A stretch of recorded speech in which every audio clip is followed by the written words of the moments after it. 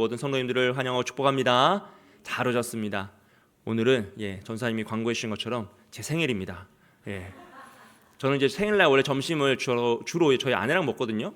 이제 연애한 이후로 쭉 그랬던 것 같아요. 저는 뭐 특별히 막 다른 사람들 만나거나 그런 걸 안 하고 그냥 조용히 저희 아내랑 먹고 잘 놀아요.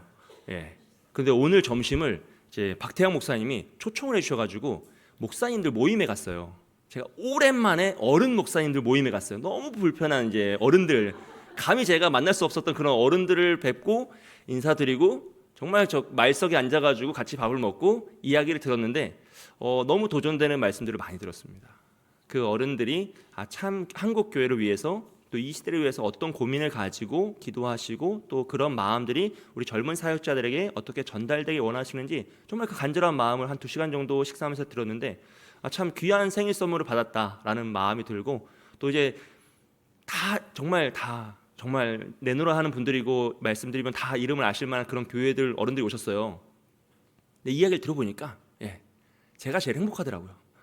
근심 걱정도 없고 행복하게 목회하고 있고 즐겁게 신나게 생활하고 있어서 괜찮은데? 그래서 제가 그분들을 보면서 이게 참 하나님의 은혜다라는 생각을 다시 한번 하게 되면서 저에게 주어진 이 사역에 대해서 더 행복하고 즐겁게 감사함으로 감당을 해야겠구나. 또 그분들이 가지고 있는 그 고민들을 저도 작지만 이어받아서 또 함께 이 한국교회를 위해서 기도하면서 더 정직하고 바른 목회를 해야겠구나라는 참 도전을 받는 귀한 생일 선물을 받고 왔습니다.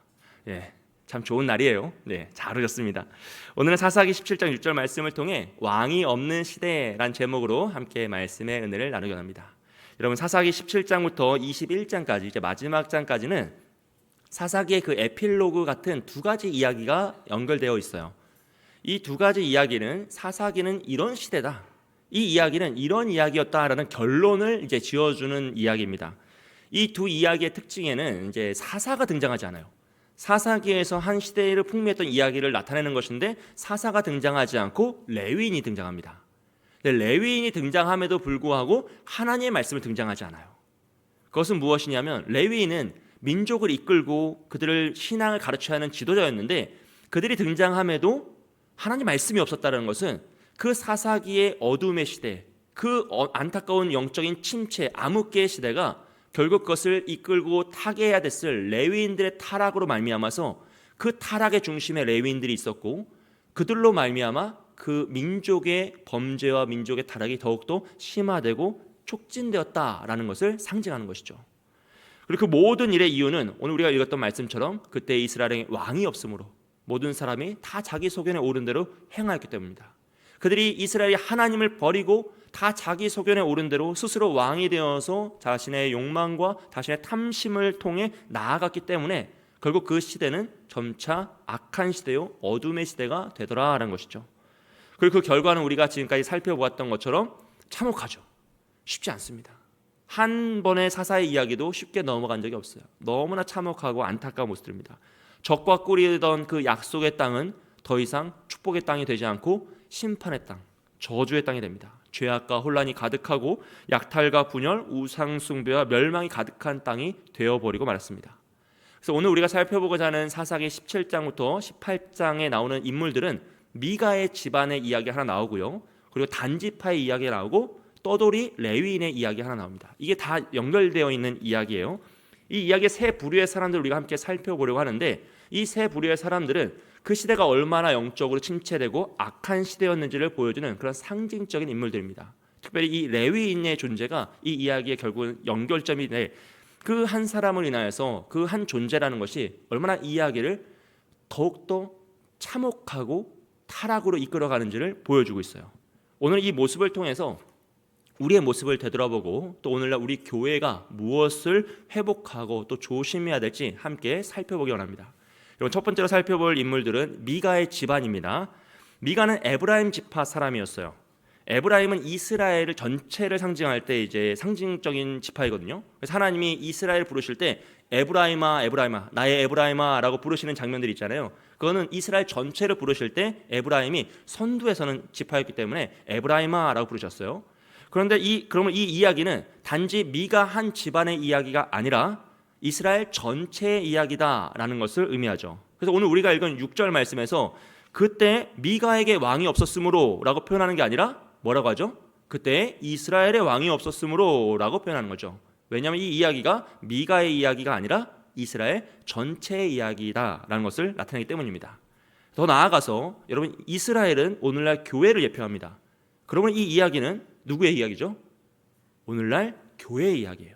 그렇게 보시면 돼요. 미가의 이야기는 이스라엘 전체의 이야기고 이스라엘 전체의 이야기는 오늘날 교회의 이야기다라고 그렇게 보시면 되겠어요. 그럼 우리 이 미가의 이야기 속에서 나를 바라보아야 되고 우리 교회의 모습을 바라보며 조심스럽게 되돌아보는 그런 태도가 있어야 한다는 겁니다. 당시 에브라임 산지는 아주 기름지고 비옥한 땅이었어요. 사마리아 지역이었습니다. 그 가운데 살던 미가의 집은요, 자에서 이걸 잘 들여다보면 너무나 평온해 보여요.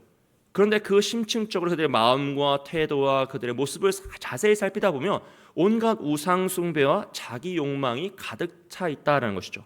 미가라는 인물은 어머니의 돈 은 1,100을 훔쳤어요.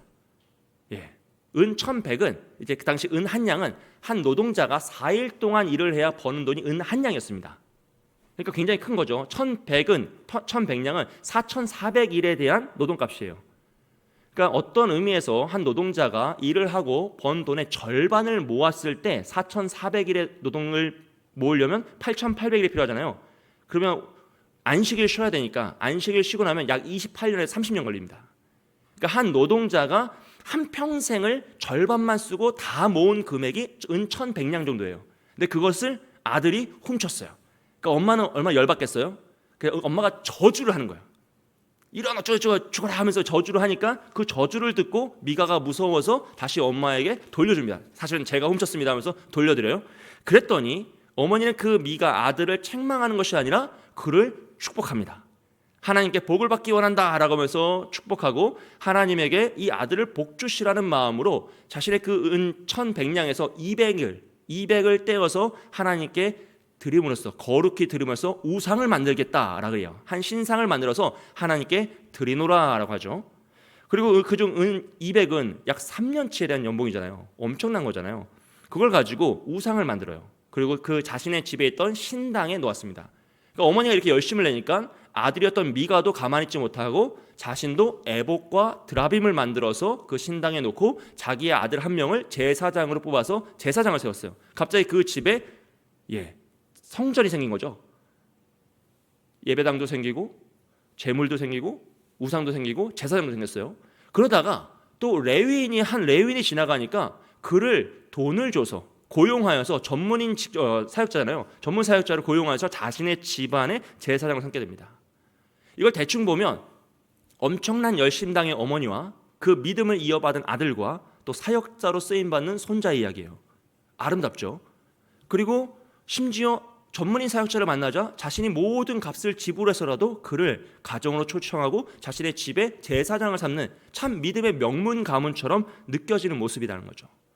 하지만 조금만 더 들여다보면 그들은 말로는 여호와의 말씀을 하고 여호와를 위한다라고 하고 여호와의 복을 구한다고 하지만 그 안에는 오직 우상 숭배와 자기 만족의 탐욕이 가득하다는 것이죠. 미가의 어머니는 자신의 돈을 잃어버리자 누군가 훔쳐가자 그 도둑을 저주했습니다. 그리고는 그 도둑이 자신의 아들임이 밝혀지자 다시 그 아들을 축복해요. 그리고 그 축복을 확증하기 위해서 하나님에게 은 200냥을 바치면서 우상을 만들죠. 여러분, 지금 미가의 어머니에게 하나님은 어떤 존재입니까?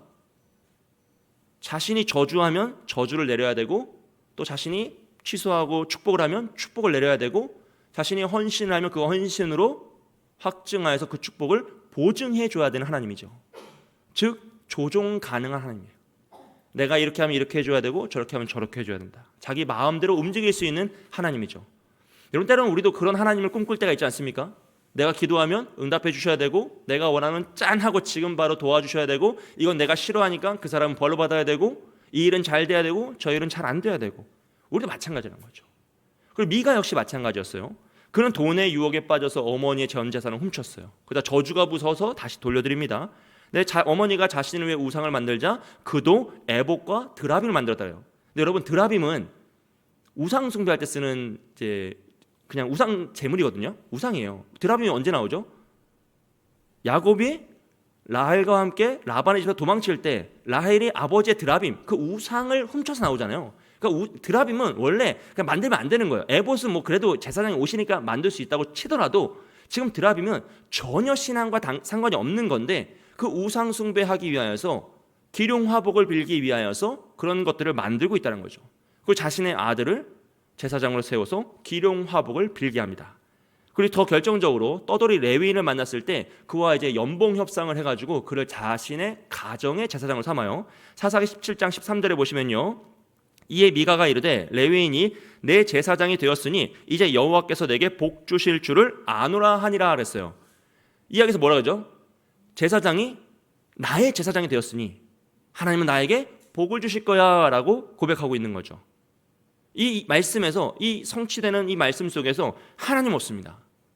오직 나의 제사장, 나의 복, 하나님은 그것을 허락하고 주어야 하는 존재로 되어 있는 거죠. 지금 미가와 미가 어머니의 이야기는요, 그들은 뭔가 종교적인 구색을 다 갖춘 조작된 성전을 만들고 있어요. 거짓 성전을 만든 거죠. 그리고 거기서 여호와는 나에게 복을 줄 수밖에 없다라는 전제 조건을 계속 만들어가고 있어요. 그리고 이 이야기의 주인공은 여호와가 아니라 나죠. 나의 가정, 나의 제사장, 나의 복. 내가 이것을 세팅하고 다 준비했으니 여호와는 나에게 복을 줄 수밖에 없다라고 합니다. 즉 하나님은 조종 가능한 도구로 평가되고 그 삼고 있는 종교적인 외식만 가득한 것이 바로 이 미가의 이야기예요. 여러분, 이 미가의 집안이 어디에 있었냐면 에브라임 산지에 있었다고 말씀드렸잖아요. 에브라임 산지. 그럼 에브라임 산지에 뭐가 있었냐면 실로가 있었어요. 실로에는 여호와의 성막이 있었습니다. 여호수아 18장 1절에 보시면요, 이스라엘 자손이 온 회중이 실로에 모여서 거기에 회막을 세웠으며 라고 하잖아요. 그러니까 가나안에 입성을 해서 제일 먼저 회막을 세운 곳이 이 실로라는 곳이에요. 그게 에브라임 산지예요. 그러니까 지금 그곳은 늘 하나님의 성막이 있고 하나님의 임재가 있고 하나님께 제사 드리고 늘 성막에 와서 예배를 드리잖아요. 제사를 드리잖아요. 늘 했던 그곳입니다. 그런데 그 성막이 있는 에브라임 산지에서 지금 미가와 그의 가정은 거짓된 성전을 자신의 집에 만들며 하나님을 조종하고 이용하고자 하는 태도를 보인다는 거죠. 그리고 그 미가의 이야기는 온 이스라엘의 이야기잖아요. 결국 사사기 전체에서 이스라엘 백성들은 다 거짓된 성전, 자기만의 거짓된 성전을 세우고 그곳에서 하나님을 조종하고 이용하려는 태도를 가지고 있었다라는 것을 이야기해요. 그리고 이 이스라엘 이야기는 누구의 이야기라고요? 온 교회의 이야기잖아요. 오늘날 우리 교회들이 어떻습니까? 자신의 욕심과 자신의 욕망과 자신의 소원과 자신의 구원과 나의 무엇인가를 위하여서 교회를 세우고 하나님을 이용할 수 있다라는 것이죠. 너무나 사실은 무서운 말씀인 거죠. 여러분, 정말 이런 아이러니한 것은 더 아이러니하고 이게 또 워드 플레이인데 웃긴 것은 미가라는 사람의 이름은 누가 여호와 같으냐라는 뜻이에요. 여호와와 같은 이가 어디에 있느냐? 도대체 여호와보다 위대한 이가 누구이냐라고 외치는 자가 바로 미가의 이름이에요. 그는 이름의 존재가 여호와는 이런 분이다. 여호와는 정말 놀라운 분이다. 이런 이는 여호와밖에 없다라는 존재인데 그의 삶을 되돌아보면 여호와를 존중하거나 경외하는 태도는 아무것도 없죠. 오직 여호와를 조종하고 이용하는 태도입니다. 종교적인 태도와 종교적인 형식은 있는데 오직 흉내만 있고 참된 신앙도 없고 하나님을 버리는 그런 태도들만 가득한 것이죠. 여러분, 사사기는 결국 이 이야기입니다. 이스라엘 백성들이 하나님의 자녀다, 하나님의 백성이다라는 이름은 가지고 있지만 그들의 삶의 태도 속에서는 하나님을 경외하지 않고 하나님을 버리고 하나님을 이용했던 그 태도가 바로 사사기 전체에 흐르는 이스라엘의 태도인 것이죠. 그래서 미가의 이야기는 형식을 보면 정통적이고 종교적이지만 내용을 보면 우상 숭배이며 하나님의 인재가 하나도 없어요. 성전이 세워졌고 제사장이 세워졌고 드라빔이 세워졌고 에봇이 세워졌고 상징적인 물질들이 다 세워졌는데 하나님의 말씀은 단 한마디도 없고 하나님의 인재도 단 하나도 나타나지 않습니다. 오직 종교적인 형식과 거짓만 있죠. 제사장은 있지만 율법은 없습니다. 범죄는 있지만 회개는 없습니다. 너무나 아이러니한 상황이죠. 사랑하는 여러분, 하나님을 의지하여 약속의 땅을 차지하였던 이스라엘 백성들이 도대체 왜 이렇게 참혹한 모습으로 변했습니까? 그것은 오늘 우리가 읽었던 말씀처럼 그들이 하나님을 왕으로 삼지 않았기 때문이죠. 그들이 여호와를 버리고 스스로 왕이 되고 모든 것을 판단하고 결정하고 자신의 욕망을 위해 하나님을 이용하기 시작하였을 때 하나님의 자리에는 우상이 세워졌고요, 율법의 자리, 말씀의 자리에는 자신의 욕망과 탐심이 채워졌습니다. 그리고 결국 우리가 다 아는 것처럼 그들의 결론은 무엇이었죠? 참혹함이었죠. 미가 역시 마찬가지입니다. 미가의 집안은요, 결국 서로가 서로를 범죄하고 타락하고 조종하고 조롱하고 저주하는 가족이 되고요, 더 나아가서 그들이 세운 신앙은 약탈당합니다. 그들이 세웠던 우상과 성전과 제사장은 단 지파가 자신의 땅을 찾아 이동할 때 다 빼앗아가요. 여러분, 이방 민족이 원수 가서 빼앗아가는 게 아니라 같은 형제요 민족인 단 지파가 그 미가의 집에 들려서 그 모든 것을 빼앗아가며 그들을 조롱하죠. 미가가 너 왜 이걸 우리 제사장을 빼앗아가냐? 그럼 안 된다. 돌려달라고 하니까 단 지파가 조용히 하라고, 한마디만 더 하면 죽는다 라고 하면서 따라오지 말라고 협박하고 조롱하면 지나가 버려요. 너무너무 안타까운 모습이죠. 여러분, 이게 지금 축복의 땅에서 이루어지는 일입니다. 같은 민족끼리 함께 돌보고 살펴야 되는 그런 민족들이 약육강식이 되어서 힘으로 서로가 서로를 압제하고 마치 원수처럼요, 블레셋이 침범했던 것처럼, 미디안이 침범했던 것처럼 그들의 것을 약탈해가고 빼앗는 것이죠. 이스라엘이 하나님을 떠나자 축복의 땅은 저주의 땅이 되고 마는 것이죠. 사랑하는 여러분, 이 미가의 이야기 속에서 오늘 우리의 모습과 우리 교회의 모습을 되돌아봐야 하는 거죠. 겉으로 보기에는 경건하고 아름다운 예배의 모습이 있을 수 있습니다. 하지만 만약 우리의 마음속에 하나님을 경외하고 하나님을 왕으로 섬기는 최우선을 여기는 마음이 없다면 그 모습은 결국 거짓될 수 있다는 것이죠.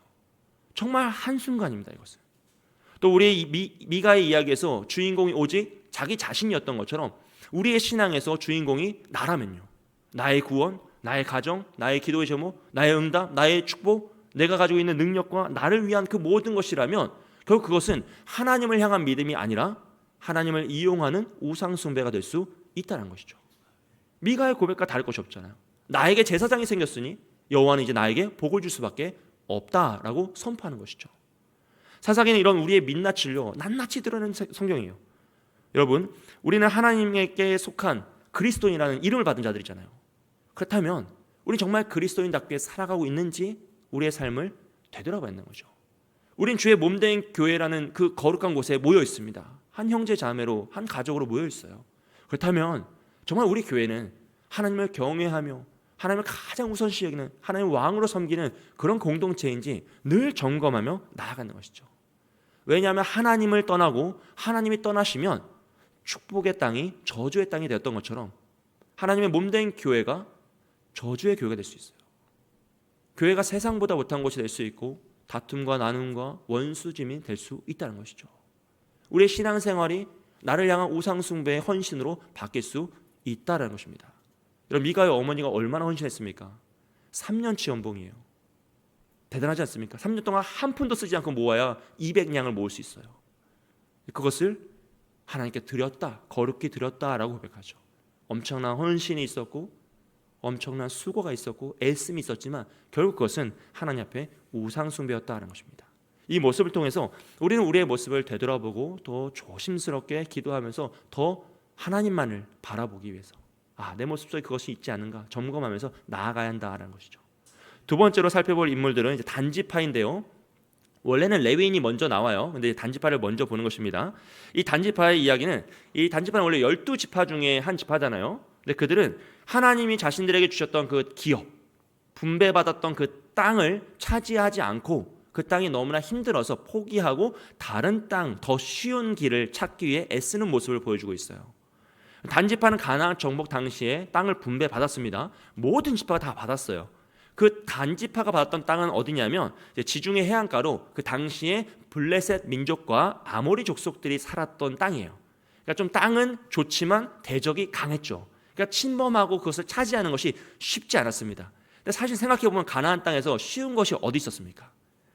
이스라엘은 청동기 문화였고 가나안은 철기 문화였는데 이것은 사실은 전쟁의 힘듦이 아니었어요. 여호와를 믿지 못한 것이죠. 이스라엘은 한 번도 자신의 힘으로 땅을 정복한 적이 없습니다. 오직 믿음으로 나아가면 그들이 아낙 자손일지라도 아무리 거대한 여리고성일지라도 하나님이 무너뜨려 주셨기 때문에 승리할 수 있었던 것인데 단지파는 여호와를 믿는 믿음이 없었어요.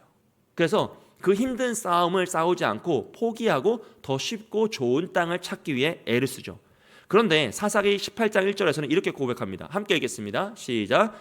그때 이스라엘에 왕이 없었고 단지파는 그때 거주할 기업의 땅을 구하는 중이었으니 이는 그들이 이스라엘 지파 중에서 그때까지 기업을 분배받지 못하였음이라. 아멘. 뭐라고 하죠? 그때 기업을 분배받지 못하였음이라 라고 하죠. 무슨 말입니까? 거짓말이에요. 여러분, 성경이 다 사실만을 기록하는 거 아니에요. 이건 문맥상 거짓말입니다. 자신들이 죄악을 감추기 위한 고백인 거예요. 단지파의 고백이에요. 그들은 땅을 기업으로 받았다니까요. 이미 그것은 여호수아에서 다 받았어요. 사사기 한참 전에 받았어요. 그런데 그 땅을 차지하기 힘드니까 포기하고 우리는 받은 것이 없노라 라고 하면서 지금 도망치고 있는 거예요. 실상은 그들이 안 받은 것이 아니라 받은 것을 포기하고 버린 것이죠. 여러분, 이것이 사명을 버린 자들의 특징입니다. 그 당시 상황을 핑계 삼고 거짓을 말하며 책임을 회피하죠. 결국은 자신들이 못 받았다라고 믿고 최악의 길로, 결국 멸망의 길로 치닫게 되는 것이요. 더 충격적인 것은요, 그들이 이제 정탐꾼을 보면서 라이스라는 평화롭고 이제 안락한 땅을 이제 발견해요. 저 북쪽에 라이스라는 동네가 있는데 그 땅은 사람들이 너무 평안해서 군대가 없는 거예요. 너무 땅도 비옥하고 원수가 없어서 너무 평안하게 행복하게 살고 있는 거예요. 그럼 그 땅을 우리가 정복하면 되겠구나라고 하면서 단 지파가 집단 이주를 하는 과정 가운데 그들이 미가의 집에 들려서 미가가 가지고 있던 제사장과 우상을 빼앗아 갑니다. 같은 동족이 자신의 동족 중에 약한 자를 약탈하고 있는 것이죠. 그리고 그들은 라스를 점령하고요, 그곳에서 자신들만의 거짓된 성전을 또 지어요. 제사장과 우상이 있으니까요. 그 성전을 짓고 결국에는 우상 숭배의 본거지가 되죠. 여러분, 이 단지파의 모습을 보면 어떤 면에서는 합리적일 수 있죠. 오늘 이 시대로 따지면 실용적입니다. 편리적이고 어떤 면에서 현실적이죠. 힘들고 사실 승리의 확신이 없는, 알 수 없는 그런 전쟁을 하기 위해서 피를 흘리기보다는 더 좋은 땅, 더 편한 땅이 있으니 그 땅을 차지하는 것이 더 합리적이지 않느냐. 우리 형제의 죽음을 함부로 할 수 없다. 그 장병들이 나아가서 전쟁하다 죽으면 어떡하냐. 다 우리 가족인데 그들을 지키기 위해서 우리는 더 쉬운 땅을 선택했을 뿐이다 라고 하면, 여러분, 그 가족들이라면 이해되지 않겠습니까? 그 나가서 전쟁에 나가 죽을지도 모르는 아들이 우리 아들이라면 우리가 그것에 수용할 수 있지 않겠습니까? 합리적이라니까요. 그런데 그들의 태도를 성경은 뭐라고 하냐면 배반이라고 해요. 사명을 버렸다라고 표현합니다. 결과는 무엇이냐면요, 이 단지파는 하나님의 역사에서 사라집니다. 이 사사기 이후로 단지파가 없어요. 여러분, 이스라엘 역사를 쭉 보십시오. 단지파는 더 이상 나오지가 않아요. 심지어 계시록에서 14만 4천 하나님의 민족을 계수할 때도 단지파가 없어요. 므낫세가 들어오죠. 단이 빠지고 므낫세가 들어와요. 여러분, 결국 그 사명의 자리, 사명의 길을 버린 자는요, 하나님의 역사에 사라진다는 거예요. 하나님도 그들을 버리신다는 거죠. 너무너무 슬픈 모습이에요. 분명 그들은 이스라엘에서 출애굽하고 광야를 지나고 가나안을 정복했던 놀라운 축복의 민족이었습니다. 정말 위대한 지파였어요. 그런데 그들이 약속의 땅을 버리고 그 사명의 자리를 버리고 조금 더 합리적이고 조금 더 효과적이고 조금 더 쉬운 길을 선택했는데 결론은 그 길이 완전히 사라지는 멸망의 길이었고 패망의 길이었다는 것이죠. 사랑하는 여러분, 하나님이 맡기신 사명은요, 때로는 너무 힘들 때가 있습니다. 참 어려울 때가 있죠. 눈물로 기도하고 기도해도 끝이 안 나오는 것처럼, 안 보이는 것처럼, 어두운 터널을 지나는 것처럼 보일 때도 있다는 것이죠. 하지만 때로는 이제 아모리 족속처럼, 블레셋 백성들처럼 강하고 어려운 적을 만날 때도 있고 고난을 만날 때도 있습니다. 그렇다고 해서 우리가 그 사명의 자리를 포기하고 현실과 편리함을 따라가면요, 결국 하나님의 역사에서 사라지고 버림받을 수 있다라는 너무나 무서운 결론을 우리는 알아야 돼요. 그래서 사명은 감당할수록 은혜가 되고요, 도망칠수록 짐이 됩니다. 사명을 받았었는데 그것을 외면하고 살아가면 마음이 편한 게 아니에요. 그 짐이 우리를 계속 억눌러서 우리 영적으로 더 침체되게 하고 더 낙심하게 만들어갈 뿐이죠. 오히려 힘들지만 너무나 어렵지만 끝까지 감당하며 나아갈 때 하나님은 은혜를 주시고 그것을 이겨낼 수 있는 힘을 주시고 돕는 자를 부르셔서 그 사명을 감당케 하시는, 은혜가 넘치게 하시는 역사가 나타나는 것이죠. 하나님은 오늘도 당신의 뜻을 따르는 사람을 통해 하나님의 역사를 이루어 가시는 줄 믿습니다. 여러분, 자신의 판단과 유익을 따르는 사람은요, 잠시 성공하는 것처럼 보여요. 더 빨리 가는 것처럼 보이고 더 윤택한 것처럼 보입니다. 하지만 결국은 하나님의 역사에서 사라지게 됩니다.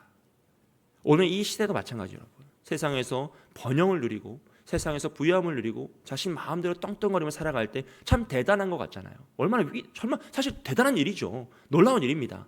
하지만 그들이 결국 하나님의 역사에서 함께할 수 없다는 거죠. 하나님은 그들을 기억지 않으신다라고 약속하셨기 때문에 그들의 인생은 하나님이 정하신 때가 지나면 사라지는 거예요.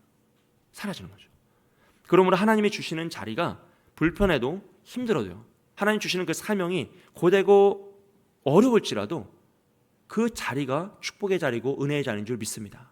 그 자리가 하나님께서 평생 영원토록 기억하시는 생명의 자리라는 것이죠. 제가 신방을 하다 보면 우리 교회에서도 예배의 자리를 끝까지 지키셨던 그런 분들의 간증이 있어요. 참 어려운 시기 우리가 기도의 자리를 지키고 예배의 자리를 지키고 더 힘써 애를 써도 기도하였다는 거죠. 그 자리가 결국 은혜의 자리예요. 너무나 힘들지만 그 자리가 순종의 자리였고 하나님의 역사의 자리라는 것이죠. 그리고 그 시간이 있었기 때문에 여러분 오늘이 있다는 것을 꼭 기억하십시오. 제가 이제 온 지 10달 좀 넘었거든요. 그러면 제가 이제 와서 여러분 교회가 밝아진 겁니까? 네, 제가 와서 교회가 갑자기 막 행복해지고 예배가 즐거워지고 밝아진 거예요? 그게 아니에요. 그게 아니에요. 제가 와서 그런 것이 아니라 여러분이 그렇게 기도를 하셨기 때문에 그 일이 지금 이루어진 거라는 거예요. 그 시간 동안 여러분이 우리 교회가 이렇게 되기를 소원합니다라고 그 기도의 자리를 지키시고 눈물로 기도하셨기 때문에 그 일들이 오늘 이루어지고 있는 것뿐이에요. 할렐루야. 그럼 앞으로 어떤 일이 이루어지길 원하십니까? 그럼 그걸 가지고 기도하셔야 되는 거예요. 지금 이 자리에서, 그 기도의 자리에서, 그 사명의 자리에서 끝까지 기도하는 거죠. 주님, 우리 교회가 이런 교회가 되길 원합니다. 우리 교회가 정말 주님 보시기에 아름답고 주님 쓰시기에 깨끗한 그릇의 교회가 되길 원하고 정말 이 시대의 마지막까지 복음을 전하는 교회가 되길 원하고 헛되로 가지 않고 바른 길을 걸어가는 그런 교회가 되길 원합니다라고 기도하시면 제가 바른 목회자가 되는 거예요. 이해되시죠? 제가 오늘 목사님, 선배 목사님 그 말씀하셨어요. 제발 헛짓거리 하지 말고 바른 길을 가시라고 이제 권면을 하시는 거예요, 후배들한테. 맞는 말이잖아요. 그걸 몰라서 안 가는 사람이 어디 있겠냐라고요. 근데 결국은 그것은 여러분이 소원하시고 기도하시면서 그 사명의 자리를 지킬 때 우리 교회에 하나님의 때가 되면 하나님이 이루어 가시는 거죠. 한 사람이 되는 것이 아니라 우리가 다 함께 마음을 모아서 합심하여 기도하고 소원하며 그 자리를 지켜 나아갈 때 하나님께서 우리 교회를 만들어 가시길 믿습니다. 교회도 마찬가지예요, 여러분. 우리 교회가 말씀을 붙잡고 하나님의 사명을 감당하기보다 사람을 의지하고 세상의 풍파를 따라가고 세상의 시류를 타고 더 좋은 길, 더 쉬운 길을 택하면요, 하나님의 역사에 사라질 수 있습니다. 너무너무 무서운 이야기죠. 50년 뒤? 아니죠. 30년 뒤, 20년 뒤에 우리 교회가 없어질 수 있다는 거예요. 얼마나 많은 교회가 오늘날 없어지고 있는지 몰라요. 너무너무 슬픈 일이지만, 너무너무 참혹한 현실이지만 현실적으로 너무 많이 일어나고 있습니다. 결국은 하나님의 사명을 붙잡고 끝까지 그 길이 고난의 길일지라도 외로운 길이고 좁은 길일지라도 끝까지 걸어가는 자만이 하나님께서 영원히 기억하시고 그 길이 복되게 인도하신다는 거죠. 사랑하는 여러분, 하나님께 영원토록 기억되길 원하십니까? 일단 그 사명을 붙잡으시오. 하나님이 허락하신 그 사명을 포기하지 마시고 힘들다고 외면하지 마시고 도망치지 마시고 끝까지 그곳에 서 계세요. 견뎌내십시오. 그러면 하나님께서 그 견뎌내고 버텨내는 것을 너무나 충성되게 여기셔서 여러분이 기도하시는 것들, 소원하시는 것들, 애쓰고 노력하시는 것들 다 기억하시면서 하나님의 때에 하나님 역사를 이루어가실 줄 믿습니다. 우리 교회를 하나님 원하시는 일들로 이루어가실 줄 믿습니다. 마지막으로 살펴볼 인물은요, 떠돌이 레위인입니다. 이 이야기에서, 이 미가의 이야기에서 가장 참혹한이고 충격적인 인물이 바로 이 레위인이에요. 원래 레위인은 하나님의 성막을 지키면서 성막을 돌보고 이스라엘에게 신앙, 제사, 율법을 가르치면서 그들을 이끌어가는 종교적 지도자예요. 제사장이죠. 근데 이 레위인은 원래 모든 처음 난 것들을 구별하여 하나님께 드려진 지파입니다. 그 민족이죠. 그렇기 때문에 그들은 분깃을, 기업을 받지 못했어요. 대신 이스라엘 전역에 있던 48개의 성읍에서 거주하면서 생활했고 이스라엘 백성들이 11조를 내는 것으로 생존하게 되어 있었어요. 그럼 먹고 살기가 힘들었냐? 그렇지 않습니다. 연구에 따르면 이스라엘 백성들이 11조를 잘 내면 이 레위인들은 이스라엘 보통 사람들보다 약 4배의 연봉을 받아요. 주로 또 고기로요. 재물 다 재물, 육식이었으니까 엄청나게 부유한 고위 연봉자였어요. 그러니까 당연히 잘 살고 잘 사니까 더 이스라엘 백성들을 잘 가르치고 인도하는 것이 맞았던 것이죠. 그런데 오늘 본문에 나오는 이 레위는 어떻습니까? 그는 베들레헴, 유다 베들레헴에 있었는데, 베들레헴 빵집이잖아요. 빵집에 살고 있었는데 그곳에서 생존할 수가 없어서, 먹을 것이 없어서 생존하기에 그 지역을 이탈하여 떠돌고 있어요. 즉 이스라엘 백성들이 다 자기의 거짓 성전을 세우고 여호와를 이용하려 했기 때문에 온전한 11조를 드리지 않고 제사를 드리지 않았기 때문에 레위인들이 생존할 수가 없어서, 먹고 살 수가 없어서 떠돌이가 되어 온 세상을 유리하고 있던 거죠. 너무너무 안타까운 시대가 열린 겁니다. 그러다가 결국 그는 미가를 만나서 그와 이제 연봉 협상을 하잖아요. 그리고 이제 좋은 조건으로 만족하며 그 집에 정착을 해요. 이제 사사기 17장 10절과 11절 말씀 보시면 이 미가가 협상하는 장면인데, 미가가 그에게 이르되 내가 나와 함께 거주하며 나를 위하여 아버지와 제사장이 되라. 우리 가정의 제사장이 되라는 거죠. 내가 해마다 은 열과 의복 한 벌과 먹을 것을 주리라 함으로 그랬어요. 사실 이게 연봉이에요. 근데 생각보다 적죠. 은 열이면 40일치 임금이잖아요. 이해되시죠? 400일치를 주는 게 아니고 40일치 임금이에요. 그러니까 적은 양이에요, 사실은. 그리고 의복 한 벌과 대신 이제 숙식이 제공되니까 이 떠돌이가 그 레위인이 들어갔더라. 그래서 11절 보시면 그 레위인이 그 사람과 함께 거주하기를 만족하게 생각했으니 이랬어요. 그러니까 그 레위인이란 존재가 지금 얼마나 참혹한 현실 속에 있었는지 아시겠죠? 박봉인데 그는 그것을 만족하였다 했어요. 이 만족을 기억하세요. 만족하였더라고. 그 청년이 미가의 아들 중 하나같이 됨이라라고 하면서 이제 그 미가의 집에서 이스라엘 그 레위인이 제사장이 됩니다. 원래 레위인은 한 가정의 제사장이 되면 안 돼요. 민족의 제사장이기 때문에. 그러면 안 되는데 먹고 살려고 어쩔 수 없이 그렇게 된 거예요. 근데 그 이후에 단 지파의 정탐꾼이 지나가다가 미가의 집에 들렸는데 레위인 제사장이 있는 거예요. 이럴 수는 없는데, 야, 이 집은 도대체 뭐길래 레위인 정통 계열의 이 전문인 사역자가 여기 있냐라고 하면서 너무 놀라고, 또 그에게 자신들이 이제 땅을 차러 가야 되는데 자신들이 나아갈 길에 대한 기륭화복을 묻습니다. 그러니까 당연히 레위인 제사장은 여호와의 이름으로 축복해줘요. 너희가 가면 좋은 땅을 찾을 거야 라고 하면서 축복해줍니다. 이게 이제 그냥 점치는 거예요. 여호와의 말씀은 하나도 없어요. 그냥 여호와의 이름을 점치고 여호와의 이름으로 자기 마음대로 선포하는 거예요. 그런데 다행스럽게라도 이제 아까 라이스라는 좋은 땅을 찾았잖아요. 그리고 갑자기 이 제사장이 용한 제사장이 된 거죠. 야, 역시 전문인 달라. 레위 지파는 달라. 그게 된 거예요. 그래서 이 라이스라는 땅을 찾고, 야, 이것이 좋다 해서 이 정탐꾼들이 다시 단지파에게 가고, 그들이 집단 이주를 하기 위해서 군인들을 이끌고 쫙 지나갈 때 어딜 들리냐면 미가의 집에 들려서 그 제사장을 이제 자기의 지파의 제사장을 삼고자 하는 거죠. 그러면서 18장 19절 보면요, 이 단지파가 다시 이 미가의 집에 있었던 제사장과 연봉 협상을 합니다. 미가가 했던 것과 똑같아요. 함께 읽습니다. 시작. 그들이 그에게 이르되 잠잠하라. 내 손을 입에 대라. 우리와 함께 가서 우리의 아버지와 제사장이 되라. 내가 한 사람의 집의 제사장이 되는 것과 이스라엘의 한 지파 한 족속의 제사장이 되는 것 중에서 어느 것이 낫겠느냐 하는지라. 재밌는 이야기죠. 오늘날 너무나 빈번하게 일어나는 사건 아닙니까? 더 좋은 직장에서, 더 좋은 집단에서 고액 연봉으로 그를 이제 채용하고자 하는 거예요. 그 다음 이제 레위인의 반응이 너무나 재밌어요. 우리 20절 말씀 함께 보겠습니다. 시작. 그 제사장이 마음에 기뻐하여 에봇과 드라빔과 새긴 우상을 받아가지고 그 백성 가운데로 들어가니라 했어요.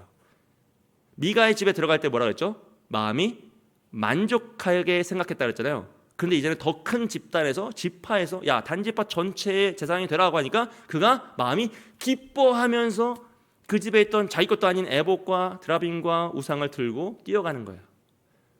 100명교회를 섬기고 있던 목사에게 1000명교회에서 청빙이 와가지고 그냥 오라고 하니까 기뻐하면서 달려가는 바로 그 모습인 거예요. 너무 우습지 않습니까, 여러분? 너무 슬프지 않습니까? 근데 여러분 좀 생각해 보면 이 레위인은 당연히 이렇게 행동해야 되는 거예요. 당연히. 여러분, 그는 원래 아무리 배가 고파도 베들레헴을 떠나면 안 되는 거였습니다.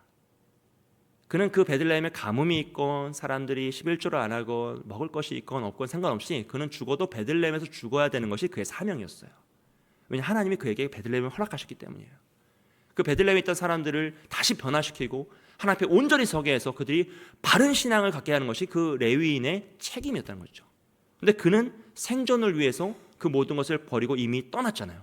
자신의 안위와 편안함과 안정을 찾기 위해서 떠돌이가 된 순간부터 그는 당연히 더 좋은 집단에서 더 많은 연봉을 제시하니 기뻐하며 달려갈 수밖에 없는 자가 된 거예요. 어려울 때 자신을 도왔던 미가에 대한 의리도 없어요. 뭐 인간적인 의리도 없고 자신의 정체성이 없습니다. 제사장이 뭔지를 몰라요. 그러니까 한 가정의 제사장도 되고 한 가문의 제사장도 되고 한 지파의 제사장도 되고 돈 주면 더 많이 주면 가고 더 많이 준다면 또 딴 데로 가겠죠. 만약 예루살렘 성전에서 불렀으면 기뻐하며 더 기뻐하며 춤을 추며 갔겠죠. 이게 당시의 제사장들의 모습이라는 것이에요.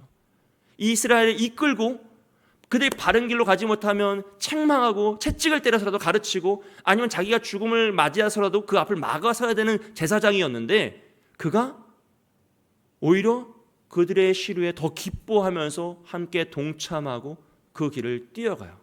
결국 단지파와 함께 그 어둠의 길을, 멸망의 길을 함께 뛰어가죠. 근데 더 놀라운 사실은요, 이 레위는 보통 사람이 아니에요. 우리 18장 30절 말씀입니다. 함께 볼게요. 단 자손이 자기들을 위하여 그 새긴 신상을 세웠고 모세의 손자요 게르솜의 아들인 요나단과 그의 자손을 단 지파의 제사장이 되어 그 땅 백성이 사로잡힌 날까지 이르렀더라 그랬어요. 그러니까 이 레위는 누굽니까? 모세의 손자요 게르솜의 아들이라 했어요. 요나단. 모세의 가문이에요. 모세의 이제 손자로는 나이가 안 맞아요. 근데 모세의 가문, 모세의 후손이고 너무나 유명한 자. 모세예요, 여러분. 모세. 이스라엘 수장이었던 그 명문 가문. 우리가 소원하고 기도하고 있는 그 신앙의 명문 가문 중에서도 명문 가문. 그 중에서 제사장 계열이요. 가장 위대하고 가장 촉망받고 가장 존경받던 그런 지파에서 그런 가문에서 태어난 레위인이었는데 결국 그가 하는 것은 하나님을 경외하고 이스라엘을 이끌어가는 것이 아니라 물질의 평안함에 자신의 만족에 휘둘려서 기뻐하며 그 길을 달려가고 있다는 것이죠. 여러분, 이런 명분은요 우리의 신앙을 지켜주지 않습니다. 우리 가문이 몇 대 때 신앙의 가문이고 우리 교회가 51년의 신앙의 전통을 가지고 있고 내가 하나님 앞에서 목사로 부름받았고 장로로 부름받았고 권사로 부름받았고 이런 직분을 받았고 이런 훈련을 받았고 그 모든 것들은요 하나님 앞에서 나의 신앙을 보증해 주지 못한다는 것이에요. 아무리 좋은 감투가 있고 아무리 대단한 타이틀이 있어도 모세의 후손이고 레위인이고 제사장일지라도 그가 하나님을 경외하지 않으며 하나님을 왕으로 삼지 않으면 결국은 세상의 시류에 휩쓸리고 탐욕의 길을 선택하고 죄악의 길을 달려갈 수밖에 없다는 것이죠. 사랑하는 여러분, 정통성이나 직분만으로는 하나님 앞에서 우리의 마음을, 우리의 믿음을 지킬 수가 없습니다. 바라기는 사명을 놓고 유익을 쫓지 마시기를 축복합니다. 우리에게 허락된 그 사명이 무엇인지, 정말로 그것이 베들레헴에서 굶주려 정말 고통을 당하는 것이라면 하나님 그것을 원하신다면 그것을 해내야 되는 것이죠. 너무너무 힘들죠. 포기하고 싶을 때도 많죠. 하지만 하나님이 우리에게 그것을 허락하신다면 우리는 그 길을 가는 것이죠. 하나님은 우리를 충성되게 여기서 직분을 주셨어요. 그러므로 우리의 가치는 하나님의 부르심에 있는 거죠. 하나님 우리를 불러주셨기 때문에 우리의 정체성은 하나님의 그 거룩함 속에 있는 것입니다. 그리고 하나님이 있으라고 하신 그 자리가 가장 복된 자리이고 생명의 자리입니다. 그 자리가 고난일지라도 외롭고 쓸쓸하고 슬픔의 자리일지라도 때로는 너무나 힘들고 외면당하고 궁핍함의 자리일지라도 내가 소원하는 것이 다 이루어지지 않는 자리일지라도 그 자리를 끝까지 유지하고 버텨내고 감당하는 자를 통해 하나님 오늘도 당신의 뜻을 이루어 가신다는 거죠. 그런 사람들이 있었더라면 사사기에 한 줄기 빛이 존재했을 것입니다. 하지만 레위인들이 가장 앞장서서 그 길을 무너뜨렸고 함께 시류에 동참했고 범죄를 앞서갔기 때문에 그 범죄 한 가운데 레위인들이 있었기 때문에 결국 그 시대가 암흑으로 치달을 수밖에 없었다는 것이죠. 오늘 이런 모습을 통해서 우리가 되돌아봐야 될 것은요, 우리가 결단하고 또 되돌아봐야 될 것은 첫째로 회개해야 됩니다. 다른 방법이 없습니다. 단 지파나 미가처럼 레위인처럼 하나님보다 내 유익을 더 우선시할 수 있어요. 우리 다 그럴 수 있잖아요.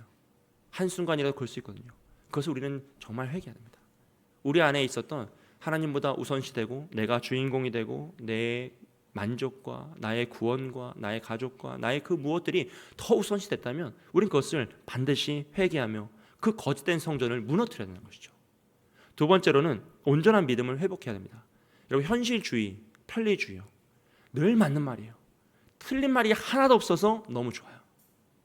하지만 그것이 말씀과 같은 길이 아니라면 그 길은 멸망의 길입니다. 우리 안에 있는 이 현실주의를 듣지 마세요, 여러분. 현실주의자들의 말을 뭐라고 했습니까? 가나안 정탐꾼들이요, 그 땅은 우리를 삼키는 땅이라, 그 땅은 원수들이 있는 땅이라, 그 땅은 거인들이 사는 땅이라, 그 땅을 우리가 차지할 수 없다 했어요. 믿음으로 본 여호수아와 갈렙만 그들은 우리의 밥이라고 선포했습니다. 믿음의 길을 선택해야 할 때에만 그 길이 고난의 길일지라도 우리는 승리의 길로 도달할 수 있는 거죠.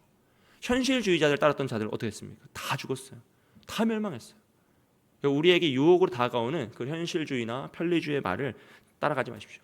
온전한 믿음은 오직 하나님 말씀에 순종하는 길, 하나님이 가라고 하신 글을 끝까지 버텨내는 것이 믿음이고 순종인 줄 믿습니다. 세 번째로, 여러분, 사명을 회복해야 됩니다. 우리 각 사람에게 주신 사명이 있잖아요. 여러분, 마음에 주셨던 그 뜨거움이 있잖아요. 그 자리는 어디입니까? 그 자리를 다시 회복하시고 지켜내시고 하나님 주셨던 그 은혜를 다시 회복하십시오. 그 뜨거운 마음이 있어야지만 그 사명을 감당할 때에만 우리는 더 능력의 삶을 살아갈 수 있어요. 사명을 감당할 때만 하나님 은혜를 주시고, 사명을 감당할 수 있도록 그것을 뛰어넘을 수 있도록 돕는 손길을 붙이시고 피할 길을 예비하시고 모든 것을 도와가시는 거죠. 우리에게 허락하셨던 그 사명을 다시 한번 붙드시고 은혜의 자리로 나아가십시오. 네 번째로는 직분의 거룩함을 회복해야 됩니다. 여러분, 그 레위인이 정말로 모세의 후손으로서 자신의 정체성을 바르게 가지고 있었다면 이스라엘은 바뀔 수 있었습니다. 오늘 우리가 목회자로서, 장로로서, 권사로서, 집사로서, 직분자로서 우리에게 주신 그 직분을 정말 다시 회복하고 그 거룩함, 그 온전한 정체성을 가지고 있다면 우리는 우리 교회를 지켜나갈 수 있고 우리의 삶을 지켜나갈 수 있고 우리 영역을 지켜나갈 수 있다는 것이죠. 여러분, 어렵지 않습니다. 한 사람 한 사람이 바로 서면 결국 교회는 바로 설 수밖에 없는 것입니다. 마지막으로 가장 중요한 것이죠. 여러분, 하나님을 왕 되심을 인정하셔야 돼요. 하나님을 왕으로 섬기셔야 돼요. 내가 왕이 되어서는 안 되고 내가 소원하는 그 무엇이 왕이 되어서는 안 됩니다. 왕이 없고 스스로 우리가 왕이 되면 그 땅은 축복의 땅일지라도 저주의 땅이 됩니다. 왕이 없으면요, 심판이 임하죠. 왕이 없으면요, 교회도 멸망이 됩니다. 왕이 없으면 아무 일도 안 합니다. 왕이 있어야 됩니다. 우리에게 왕이 있을 때만 우리의 모든 것이 회복되는 것이고, 왕이 있을 때만 우리의 직분에도 가치가 있는 것이고, 왕이 있을 때만 우리의 사명도 빛이 나는 것이고요, 왕이 있을 때에만 우리가 가지고 있는 이 모든 믿음이 효과가 있는 것이죠. 사랑하는 여러분, 오직 예수 그리스도를 우리의 왕 되심을 인정하시는 저와 여러분 되시길 축복합니다. 우린 이미 왕을 섬기는 자인 줄 믿습니다. 그 왕을 왕으로 고백하시면서 오직 예수님을 따라가시는 저와 여러분 되시길, 그 직분을 끝까지 충성되게 감당하시는 우리 모두가 되기를 주님의 이름으로 축복드립니다. 이 시간 함께 찬양하겠습니다. 우리 왕이신 나의 하나님 함께 고백하며 나아갈 때 하나님 우리에게 정말로 이 왕 되심을 인정하는 믿음을 주시고 우리의 삶을 통해 그것을 헌신하게 하시고 입술로만 왕을 고백하는 것이 아니라 우리의 삶에서 이 왕의 역사가 나타날 수 있게 해달라고 함께 믿음의 고백으로 함께 찬양하겠습니다.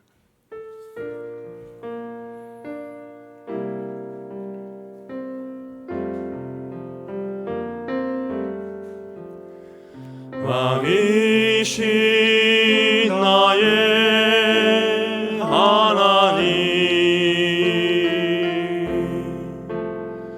내가 주를 높이고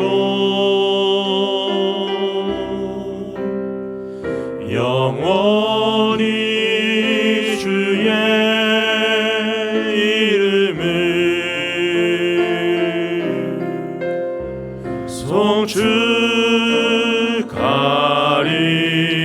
송축하리이다. 한 번 더 고백합니다. 왕이신 나의 하나님, 내가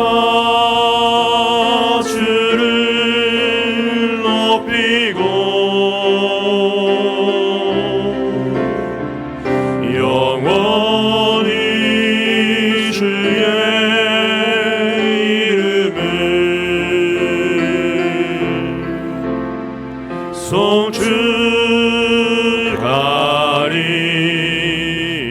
송축하리이다. 왕이신 나의 하나님, 왕이신 나의 하나님, 내가 주를 높이고 영원히 주의 이름을 송축하리이다.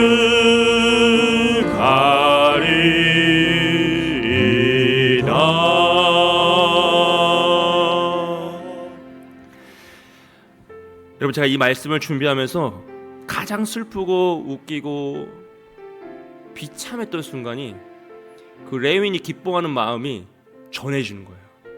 같은 동종업계에 있어서 그런지 그 마음이 이해가 되는 거예요. 와, 진짜 진짜 기뻤겠다라는 생각이 확 드는 거예요. 그 말은 무엇이에요? 제 마음에도 그런 욕심이 있다는 거예요. 솔직한 말씀을 드린 거예요. 그럴 수 있다는 거예요. 그러면서 제가 이 찬양을 준비하면서, 이 말씀을 준비하면서 회개하게 됩니다. 정말 내가 목사로 부름받고 목사로 살아가고 있는데 정말 하나님은 나에게 왕실까? 제가 여러분에게 이런 설교를 하지만 정말 저에게 하나님은 왕이신가? 라는 생각을 하게 돼요. 시간 말씀 붙잡고 기도할 때, 하나님, 우리가 정말 하나님을 왕으로 섬기는 믿음의 삶을 살게 해달라고 우리 자신을 위해서 함께 기도했으면 좋겠고요. 참된 회개를 통해서 여러분, 내 안에 있는 거짓된 성전이 무너지게 하여 달라고.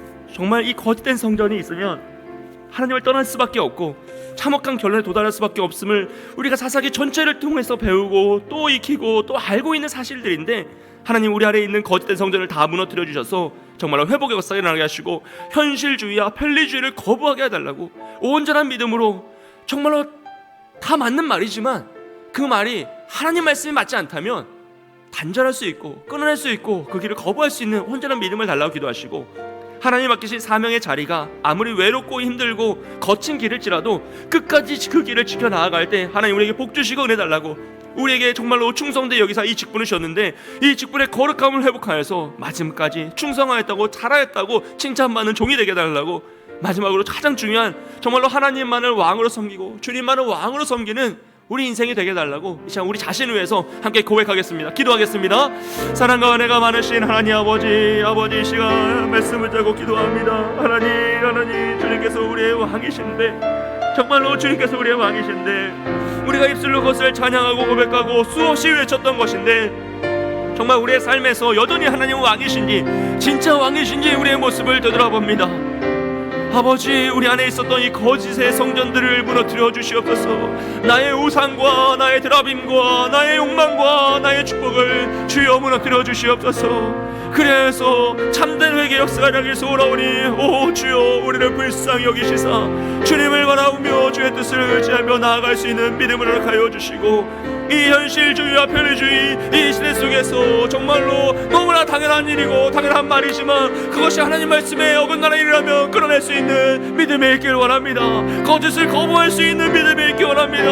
하나님, 우리에게 그것을 분별할 수 있는 지혜를 주시고, 그 분별한 것을 이미 알매도 결단하지 못하였다면 결단할 수 있는 믿음을 더하여 주시고, 하나님, 우리에게 맡기신 이 사명의 자리를 끝까지 지키게 하여 주시옵소서. 이 기도의 자리를, 이 예배의 자리를, 이 순교의 자리를, 이 선교의 자리를, 이 순종의 자리를 끝까지 지킬 수 있기 원합니다. 하나님, 우리에게 복을 더하여 주시옵소서. 이것을 감당하며 나아갈 수 있도록 믿음을 허락하여 주시옵소서. 사명을 지키며 나아갈 수 있도록 힘을 더하여 주시옵소서. 직분의 거룩함을 회복하게 하여 주시옵소서. 우리에게 주어진 이 거룩한 직분을 우리가 더 소중히 여기길 원합니다. 더 가치 있게 여기길 원합니다. 바르게 원합니다. 그래야 정말 이 직분에 맞는 삶을 살기 원하오니, 우리를 목사로, 장로로, 집사로, 권사로 부르셨사오니, 성도 거룩한 백성으로 부르셨사오니, 주여, 우리가 이 거룩함을 회복하게 하여 주시옵소서. 하나님 왕으로 섬기길 원합니다. 주님만이 우리의 왕이심을 고백하게 하여 주시고, 입술로만 떠드는 자들이야 우리의 삶으로 떠들게 하여 주시고, 삶으로 현실로 떠들게 하시고 헌신하게 하여 주시며, 정말로 우리가 주님을 의지하며 나아갈 때 이 주의 왕되심이 우리의 삶을 통하여, 우리 인생을 통하여 선포되게 하여 주시고, 우리의 헌신을 통하여 주의 왕되심이 드러나게 하여 주시옵소서. 주의 왕되심을 찬양하는 우리 교회가 되게 하여 주시고, 오직 주의 능력 가운데 회복 역사로 은혜로 나아가게 소원하니, 주여, 주의 왕되심을 찬양하는 우리 교회가 되게 하시고, 주의 왕되심을 인정하는 우리 믿음의 역사가 나타나게 하여 주시고, 우리 모든 순간순간마다 주의 왕되심만을 찬양하게 하여 주시옵소서. 주여, 우리에게 주의 왕되심의 회복 역사가 나타나게 하여 주시옵소서. 왕이신 나의 하나님, 왕이신 나의 하나님, 내가 주를 높이고 영원히 주의 이름을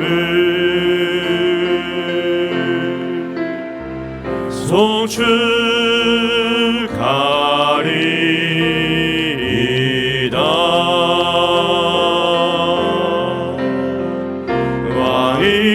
왕이신 나의 하나님,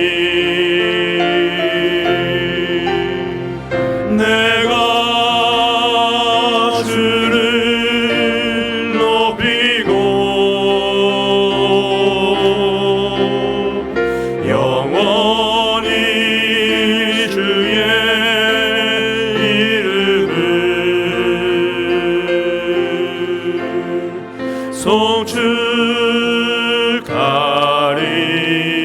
송축하리이다.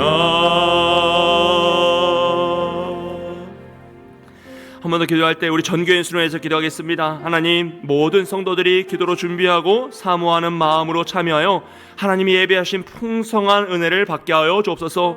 우리의 잔이 차고 넘치는 은혜의 시간, 영원히 깨어나는 시간이 되길 원합니다. 참된 회개로 영원히 깊이 말씀이 새겨지게 하여 주시고 결단과 적용의 삶이 변화되게 해주셔서 정말로 왕이신 하나님을 찬양하며 하나님의 왕되신만을 인정하며 그 은혜를 누리고 그 사명의 길을 끝까지 붙잡고 나아가는 우리 정교인 수련회 은혜 받는 시간 되게 해달라고 우리 정교인 수련회에서 함께 기도하겠습니다.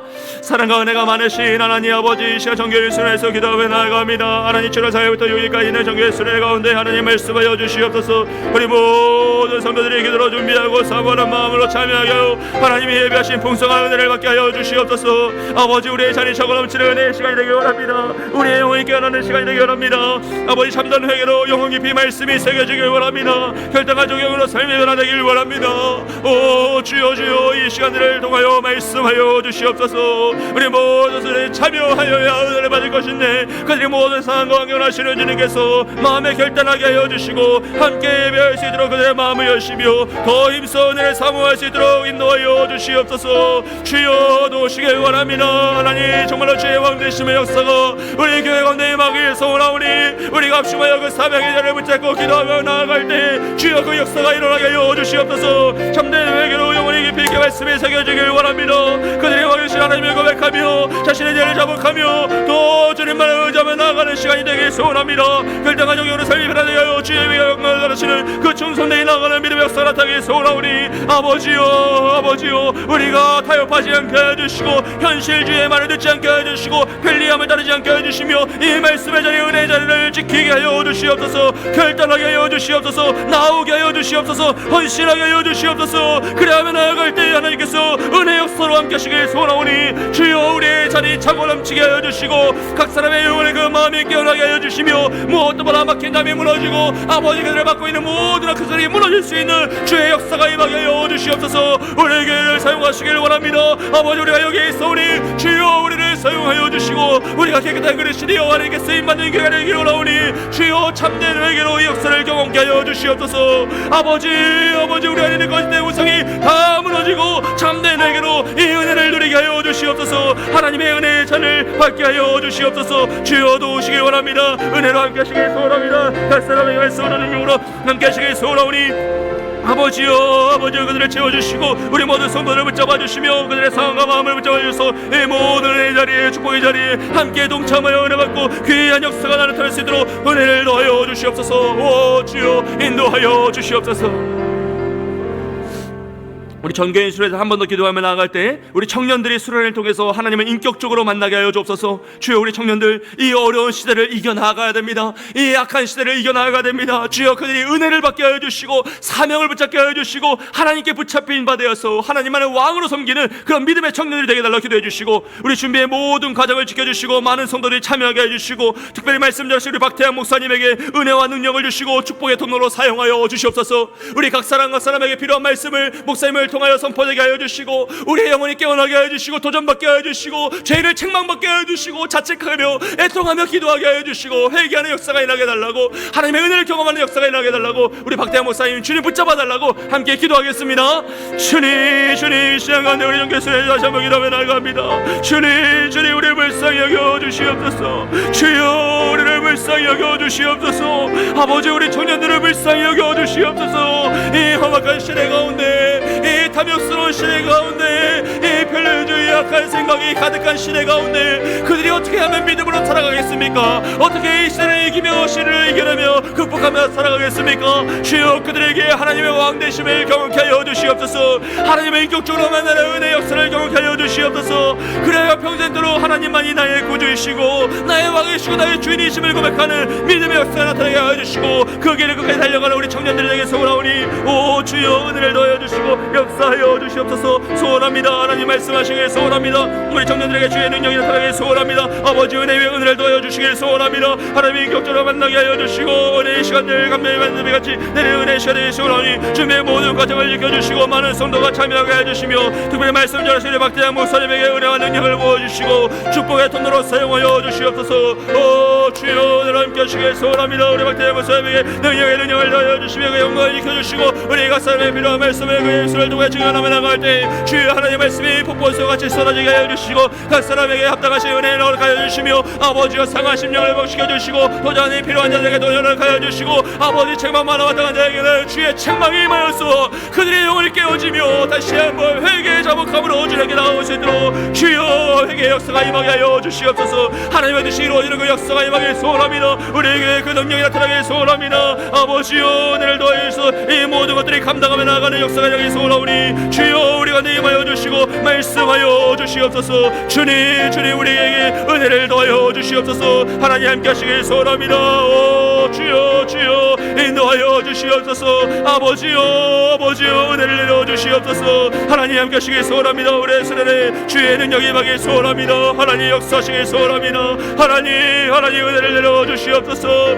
아버지 우리를 불쌍히 여겨주시고 주의 뜻이 임하게 하여 주시며 모든 일을 통하여 주의 능력이 주의 은혜가 임하게 하여 주시옵소서. 도우시길 소원합니다. 오직 하나님만을 도우시길 소원합니다. 하나님 의지하길 소원합니다. 하나님 우리의 수련을 통하여 말씀하여 주시고 은혜를 내려 주시옵소서. 주님 은혜를 내려 주시옵소서. 아버지 함께하여 주시옵소서.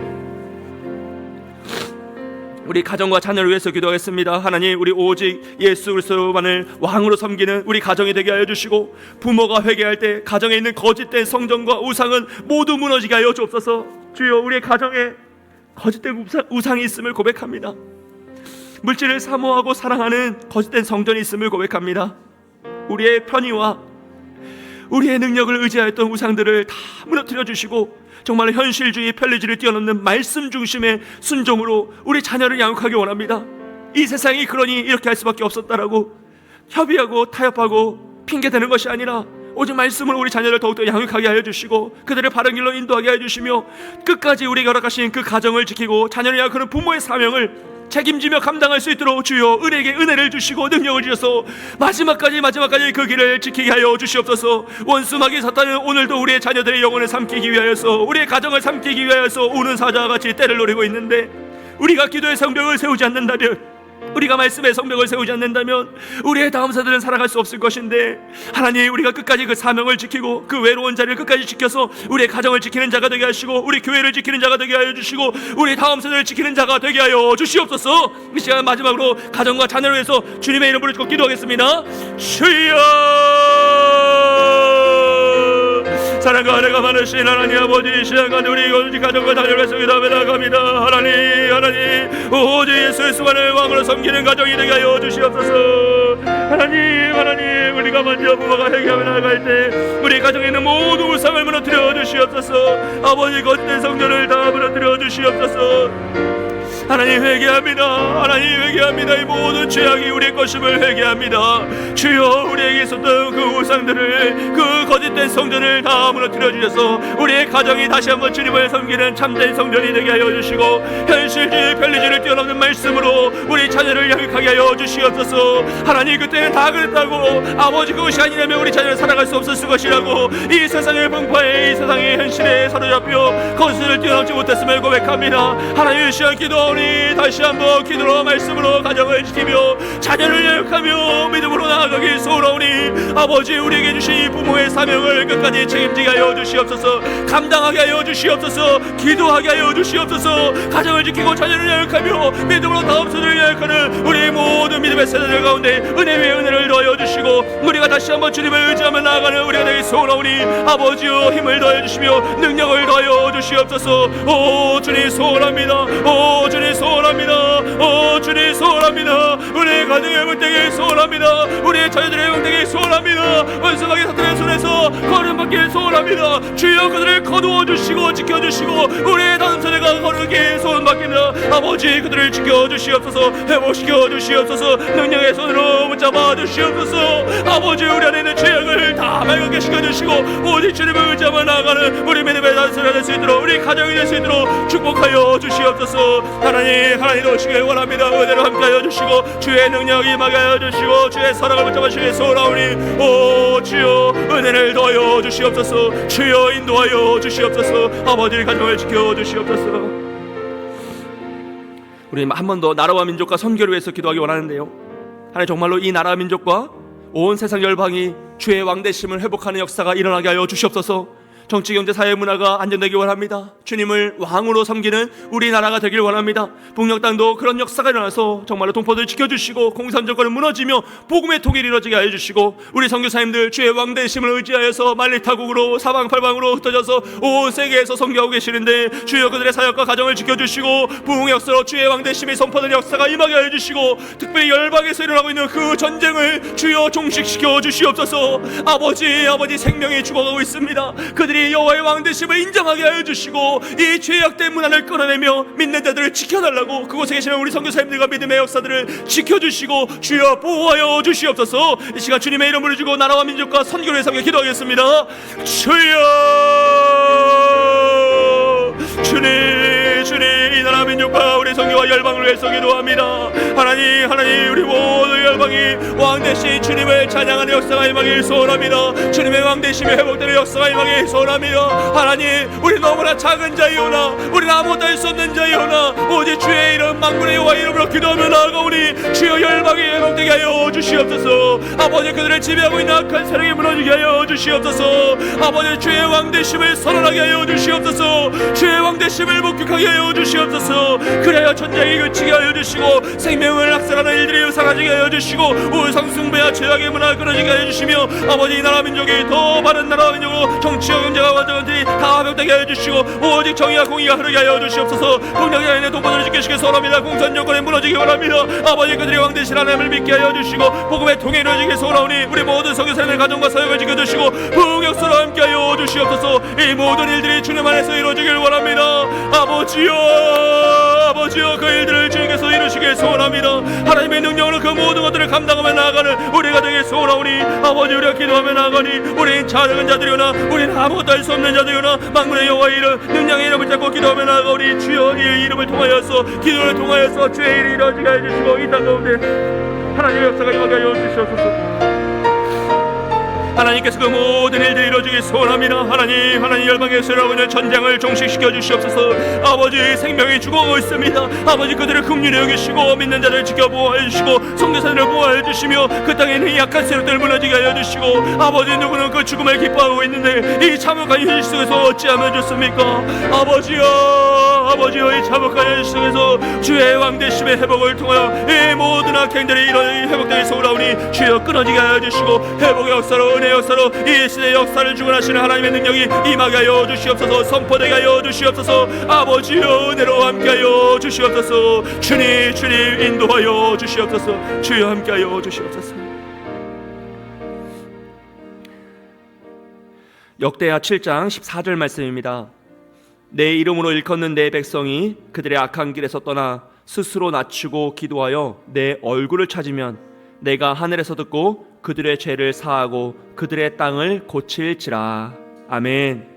하나님께서 우리가 간절히 구하고 기도하고 회개하며 나아갈 때 우리에게 얼굴을 비추사 우리의 죄를 사하시고 우리의 땅을 고치실 줄 믿습니다. 우리의 가정을 고치시고 우리의 교회를 고치시고 우리의 삶의 터전을 고치시며 하나님의 역사, 그 사명의 은혜의 역사가 강물같이 흐르게 하실 줄 믿습니다. 제가 마지막으로 다 함께 선포하고 자유롭게 기도하시다가 돌아가겠습니다. 함께 선포합니다. 자녀들아, 너희는 하나님께 속하였고 또 그들을 이기었나니 이는 너희 안에 계신 이가 세상에 있는 자보다 크심이라. 우리의 참된 왕은 주님뿐입니다. 주님만을 진정한 왕으로 섬기며 주어진 직분과 사명에 충성하게 하옵소서. 아멘. 제가 마지막으로 간절히 기도하실 때 주님만의 왕되심을 찬양하시고 고백하시고 그 왕되심을 거부했던 나의 모습을 회개하며 다시금 주님만을 의지하며 나아가는 믿음의 삶을 살게 해달라고 우리 간절한 소원들 자유롭게 기도하시고 돌아가겠습니다. 함께 기도하겠습니다. 사랑과 은혜가 많으신 하나님 아버지, 주의 왕되심을 고백합니다. 주의 왕되심을 사랑합니다.